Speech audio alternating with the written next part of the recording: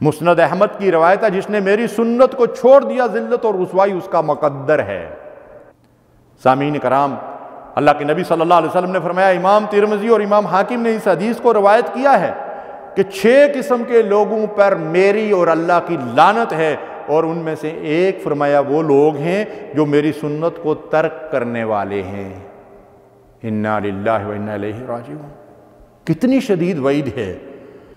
اللہ تعالیٰ ارشاد فرماتے ہیں، وَمَن يَعْصِ اللَّهَ وَرَسُولَهُ، جو مخالفت کرے یا نافرمانی کرے اللہ اور اللہ کا رسول کی، وَيَتَعَدَّ حُدُودَهُ، اور ان کی مقرر کردہ حدود سے تجاوز کرے، يُدْخِلْهُ نَارًا خَالِدًا فِيهَا، ہمیشہ کے لیے جہنم میں جلتا رہے گا، وَلَهُ عَذَابٌ مُّهِينٌ، اور اس کے لیے رسوا کن عذاب ہے۔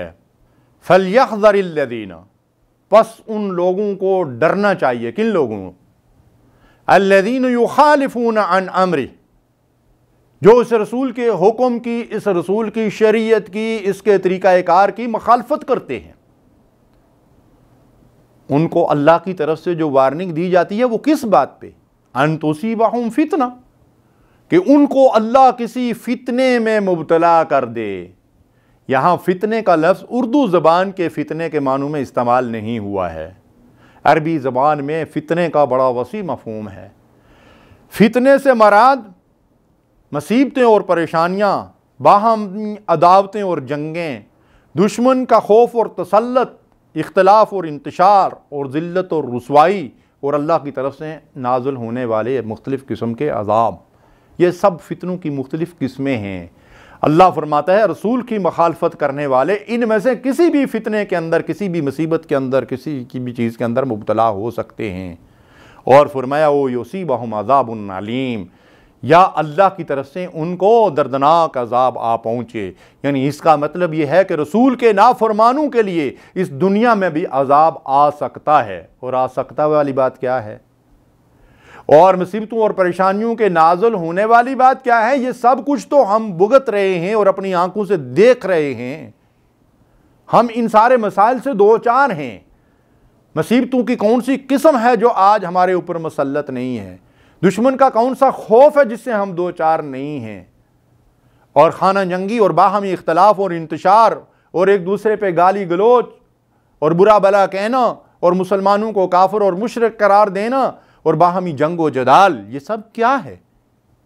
یہ رسول کی شریعت کی مخالفت ہی کا تو نتیجہ ہے۔ اگر ہم نے رسول کی شریعت کو اپنایا ہوتا تو ہم ایک دوسرے کے لیے جو ہے ہمارے دلوں میں احترام ہوتا، انما المؤمنون اخوہ، تو ہم آپس میں بھائی بھائی ہوتے۔ ہم بھائی ہو کر بھی ایک دوسرے کے دشمن ہیں، اس لیے کہ ہم نے رسول اللہ صلی اللہ علیہ وسلم کے بھائی چارے کو چھوڑ دیا، ہم نے حضور کی لائی ہوئی شریعت کو پس پشت ڈال دیا۔ اس کے اور کیا نتائج ہمارے سامنے آئیں گے؟ اللہ کے نبی صلی اللہ علیہ وسلم نے فرمایا، بخاری اور مسلم کی روایت ہے، کل امتی یدخلون الجنت الا من ابا، میرے سارے امتی جنت میں جائیں گے سوائے اس کے جو انکار کر دے۔ قال من یابا، یا رسول اللہ صلی اللہ علیہ وسلم کون ہے انکار کرنے والا؟ قال من اطاعنی دخل الجنہ، ارشاد فرمایا جو میری اطاعت کرنے والا ہے، میری شریعت کے مطابق عمل کرنے والا ہے، میرے طور طریقوں پہ چلنے والا ہے، وہ جنت میں داخل ہوگا۔ ومن عصانی فقد ابا، اور جو میرا نافرمان ہے، میرے حکم کو نہیں مانتا، میری فرمانبرداری نہیں کرتا، میرے طور طریقوں کو اختیار نہیں کرتا، میری لائی ہوئی شریعت پہ نہیں چلتا، فقد ابا، وہ انکار کرنے والا ہے۔ کس سے انکار کرنے والا؟ اس نے جنت میں جانے سے انکار کر دیا، اس نے جنت میں طرف جانے والے راستے کو ترک کر دیا اور چھوڑ دیا۔ تو جب اس راستے پر ہی نہیں چلے گا تو جنت میں کیسے پہنچے گا؟ کتنی شدید وعید ہے کہ اللہ کے رسول صلی اللہ علیہ وسلم کے نافرمان وہ ہیں جنہوں نے جنت میں جانے سے انکار کر دیا۔ ناظرین کرام، بہنوں اور بھائیوں، ذرا اس حدیث مبارکہ کو اپنے اوپر منطبق کر کے دیکھو، ہم رسول اللہ صلی اللہ علیہ وسلم کے فرما بردار ہیں یا رسول اللہ صلی اللہ علیہ وسلم کے نافرمان ہیں؟ اللہ کے نبی صلی اللہ علیہ وسلم نے ایک موقع پہ ارشاد فرمایا، فَمَن رَغِبَ عَن سُنَّتِ فَلَيْسَ مِنِّي، جو میری سنت اور میرے طور طریقوں سے انحراف اور اعراض کرتا ہے وہ ہم میں سے نہیں ہے، یعنی وہ مسلمانوں کے راستے اور مسلمانوں کے طریقے پہ نہیں ہے۔ آج ہمیں جو مار پڑ رہی ہے اور جس ذلت اور رسوائی سے ہم مرد اور عورتیں دو چار ہیں، یا ہمارا معاشرہ یا پوری دنیا میں مسلمان دو چار ہیں، کیا یہ نبی کریم صلی اللہ علیہ وسلم کے مبارک طریقوں کو چھوڑنے کی سزا نہیں ہے؟ کیا ہم نے حضور علیہ الصلوۃ والسلام کے بتائے ہوئے راستے اور طریقے اور آپ کی لائی ہوئی شریعت کو اختیار کیا ہے؟ اگر اختیار کیا ہوتا تو دنیا میں ہمیں ذلت اور رسوائی کے بجائے عزت کا مقام ملتا۔ یہ ذلت کا ہار ہمارے گلے میں اس لیے پڑا ہوا ہے کہ ہم نے رسول اللہ صلی اللہ علیہ وسلم کی سنت کو چھوڑ دیا۔ ارشاد باری تعالی ہے وَمَن يُشَاقِقِ الرَّسُولَ مِن بَعْدِ مَا تَبَيَّنَ لَهُ الْهُدَىٰ، جو شخص ہدایت کی راہ واضح ہونے کے بعد بھی رسول کی مخالفت کرے، وَيَتَّبِعْ غَيْرَ سَبِيلِ الْمُؤْمِنِينَ، اور مومنین کے راستے کو چھوڑ کر دوسرے راستوں پہ چلے، نُوَلِّهِ مَا تَوَلَّىٰ، ہم ادھر ہی پھرنے کے لیے اس کو چھوڑ دیں گے جدھر وہ خود پھرنا چاہتا ہے، وَنُصْلِهِ جہنم، اور اس کو جہنم واصل کر دیں گے، وَسَاءَتْ مَصِيرًا، جو بڑا برا ٹھکانہ ہے۔